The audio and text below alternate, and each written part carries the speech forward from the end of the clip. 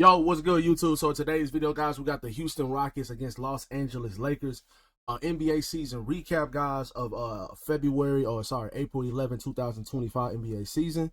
We got the final score to this game, guys. Houston Rockets 109, Los Angeles Lakers 140. Now, the Rockets did rest their starters in today's game, guys. Pretty much all of their starters are out of this game except Jalen Green, because he has like an insane streak of like consecutive games played. So he did play like most of the first half. He only played like 15 minutes in this game.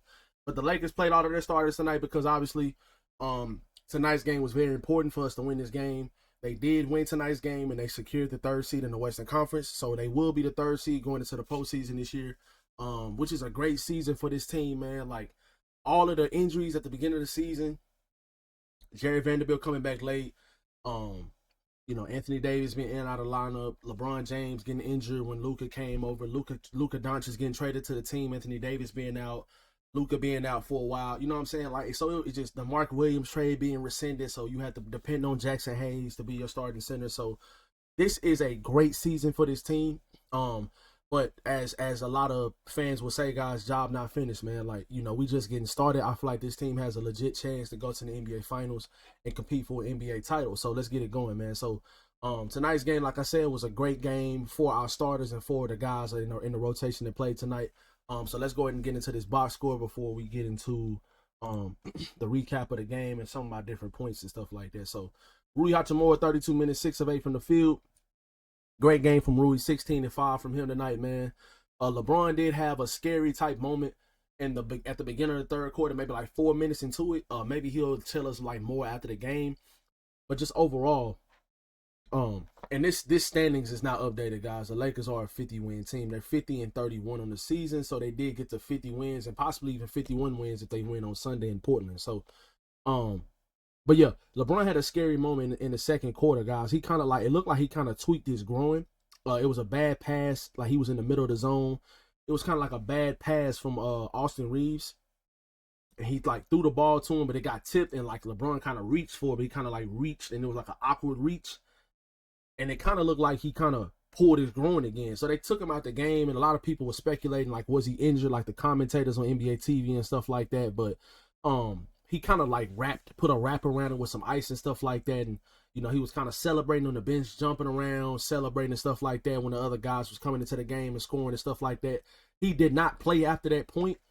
So, it was kind of a scary moment. We didn't know what was going on, but I think he's okay. Luka said he felt like he was okay after the game as well. So I think LeBron is going to be okay. He shouldn't play on Sunday.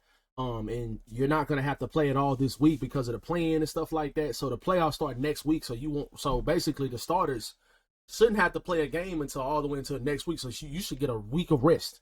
You know what I'm saying? Which is another amazing point for this team. Winning this game, taking care of business, because a lot of situations, you come out here in this type of situation and Houston doesn't have any starters playing. And, you can kind of like lollygag around and just kind of like blow this game, let Houston hang around and, hit you with a buzzer beater or a game winner or something like that. Kind of what happened to Golden State the other night against San Antonio. Even though San Antonio had some of their starters and rotational players playing in that game, we all know Golden State should have won that game.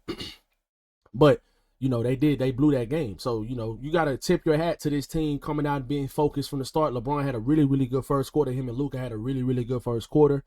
First half in general. And Austin kind of chipped in at times, and, he kind of closed it out in the fourth quarter to, like, not let Houston get any type of momentum and any confidence in coming back in the game. So, Luka Doncic tonight, 13 of 19 from the field, 5 of 9 from 3, 8 of 14 from the free throw line. Like, Luka literally could have had 45 again if he would have made 6 more free. If he would have made those 6 free throws he missed, and he definitely should have had a 40 ball tonight because he missed 6 free throws. He was, he was really irritated with himself during the game and stuff like that. You can kind of look at his face and tell. But Austin Reeves, 9 of 15 from the field, 3 of 6 from 3, 23 points. He had a lot of great plays this game, man. He had a lot of great passes.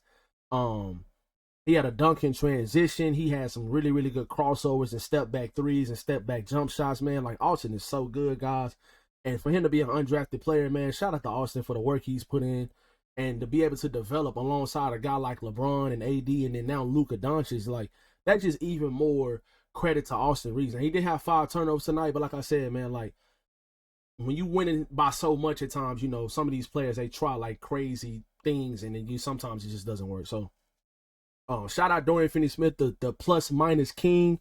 30 minutes tonight, 6 of 9 from the field, 6 threes tonight, 6 of 8 from the 3-point line, 18 points. Jared Vanderbilt was really big in his minutes as well. Gabe Vincent had a really good defensive game, but he really wasn't knocking down shots tonight. But they was really on him tonight. You can tell because he literally blitzed the Rockets last game, and you can kind of tell that they're one of their main points of emphasis was staying on him. You know what I'm saying? Because they was really on him the majority of the game. So his threes were heavily contested tonight. So shout out Jordan Goodwin for the great defensive game he had as well, man. Bronny came in the game, hit a 3. Dalton Connect came in the game. He made a couple shots and stuff like that. So Sunday, I do not expect for the Lakers to play on Sunday. I do not expect for these guys to play on Sunday. I want to give a quick shout out right quick though to Cam Whitmore, man. Cam Whitmore, bro, like the Lakers made a huge mistake not drafting this guy last year. You talking about probably like this guy's gonna be a star in the NBA. There is no doubt in my mind. Like a lot of times, like I give guys in his situation a hard time for coming out and making every shot against the Lakers and stuff like that, and making all that. No, Cam Whitmore is an extremely talented player that's on a team that just has a lot of guys in front of him that play the same position that are a little more seasoned, or I don't know. But I feel like he should be in Houston's rotation. Cam Whitmore is like that. Like he is a phenomenal NBA player, and he is going to be a phenomenal NBA player, and the talent level is off the charts. I mean, this kid is extremely athletic. He can shoot the ball. He can move his feet on defense. He can run the pick and roll. I love his game, and he is going to be a great player in this league. I have no doubt in my mind. If he stays healthy, Cam Whitmore will be a star. The Lakers made a huge mistake drafting Jalen Hood-Schifino last year instead of drafting this guy. He was literally there at 17. They missed 3 straight, the 3 picks after Jalen Hood-Schifino. All of those guys are in rotation for the most part, are showing like extremely extreme what is the word I'm looking for? They have an extreme talent level. They showing a lot of potential that they're going to be really good in this league. Brandon Podziemski, even though I'm not a huge fan of his game, but I think he's going to be pretty good for a while. Jaime Jaquez for the Miami Heat is a really good player. And and obviously Cam Whitmore was the next 3 picks after 17 when the Lakers selected their draft pick. All of those players are rotational players for the most part, or they're showing a lot of potential to be great NBA players. So shout out Cam Whitmore, guys. I mean, he had 34 points tonight, and if you watch this game, man, you know he was really going crazy. So I just wanted to make a point. Excuse me, guys. I'm kind of still like kind of sick or whatever, but I just wanted to make a point on Sunday in Portland. I don't think a lot of these guys, a lot of our starters are not going to play. I wouldn't be surprised if all of our rotational guys are out of the rotation on Sunday. I should see guys like Gabe Vincent maybe should be playing, so he can catch a rhythm before the playoffs. It's going to be a heavy dose of Shake Milton, Jordan Goodwin, Bronny James, Dalton Connect, Markieff Morris, Alex Lynn. Like, it's going to be a heavy dose. It's kind of like that Milwaukee game a few weeks ago when they played against Milwaukee and pretty much nobody played, but Bronny played. And Dalton Connect, like I'm expecting a lot of minutes from Shake Milton. You know what I'm saying? I'm expecting a lot of minutes. I don't expect for any of our starters or rotational players to play on Sunday. It literally does not matter. So you don't want to have none of your main guys injured. So I would not play any of these guys. I'm looking for great games out of Shake Milton, Bronny James, Dalton Connect. You know what I'm saying? I'm looking for some pretty good games out of these guys. You know what I'm saying? So I expect for a few more guys to play for, but for the most part, I kind of expect for these guys to bring up some guys from the G League or something like that and mainly play a lot of your guys that don't really get that much playing time. So Sunday's game really don't matter that much, but it would be pretty cool to see some of these younger guys like Dalton Connect and Bronny James really have great NBA games. Kind of reminiscent of Malik Monk and Austin Reeves at the end of the last Frank Vogel season and Russell Westbrook season, his last full season. Austin Reeves went out there and had a triple-double. Malik Monk went out there. I think he had like a 40 ball. And, they just kind of went crazy in a meaningless game. I'm kind of hoping that kind of happens for Dalton Connect and Bronny James on Sunday. But overall, guys, this was a great overall game for the Lakers, guys. They dropped 140 points tonight. Anytime you drop 140 points, you was really, really crisp offensively. And all night they was getting whatever shot they wanted. They was attacking Jock Landale. They were attacking Reed Shepherd. And pick and rolls and putting him in the post and drawing double teams or getting great shots every single time. out of that offense. So I really, really love this Lakers offense. I really love this Lakers team. And just in general, guys, it just seems like they are really, really getting to the point to where they're finding mismatches and they're getting great shots on every single possession. There's going to be a lot of times that teams have to run a zone against this team. And when you run a zone against a team that has three great facilitators in Austin, Luka, and LeBron, that's going to be hard for you to continue to run that as well. So they pretty much have a counter for every single offense. Like, they pretty much have a counter for that. We all know Luka Doncic, his weakness, if so to speak, weakness, quote unquote, is take away the corner three, take away the lob threat, and let's try to make him take contested 2-pointers or contested threes. Let's try to make him do that. So if you do that on this team, you have guys that can knock down the three consistently. You have guys that can create off the dribble for themselves and others, in Austin and LeBron. So you're not going to be able to pay that much attention to Luka. I really like our chances, guys. Like I said, this team is getting mismatches on every single possession, and they're getting great shots. If this team can knock down their threes at the rate that they've been knocking them down the last about week and a half, they're going to be hard to beat in the postseason, guys. I'm telling you, man. So I really love our chances in the postseason. A great win tonight, guys. They took care of business against an undermanned Houston Rockets team. So shout out to this Lakers team for locking down the 3 seed, 50 wins on the season. Congrats to JJ Redick, first season as an NBA head coach. He gets 50 wins. Like I said at the beginning of the video, throughout all of the ups and downs and the switches and flips and flops, this team still won 50 games this year.